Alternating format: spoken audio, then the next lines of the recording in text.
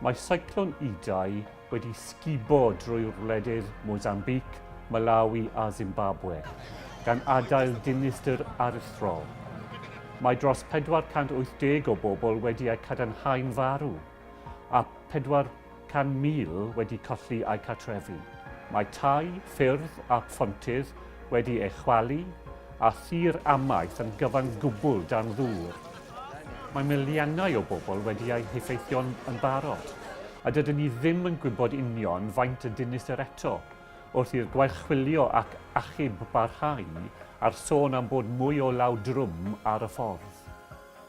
Mae'n bosib mai dyma fydd un o trychinebau tywydd gwaethaf a'r gofnod yn hanes hemisffer y de.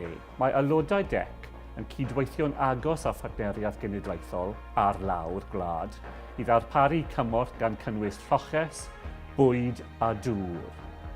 Ac mae DEC Cymru yn godi arian mwyn helpu ein haelodau elusennau i ddanfon cymorth a achub bywydau ac yn y gwledydd sydd wedi ei heffeithio.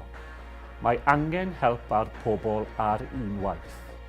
Plis, rhowch be fedrwch chi wrth fynd i dec.org.uk neu ffonio 0370 660 610 neu i roi 5 punt textiwch helpu i 70 dim.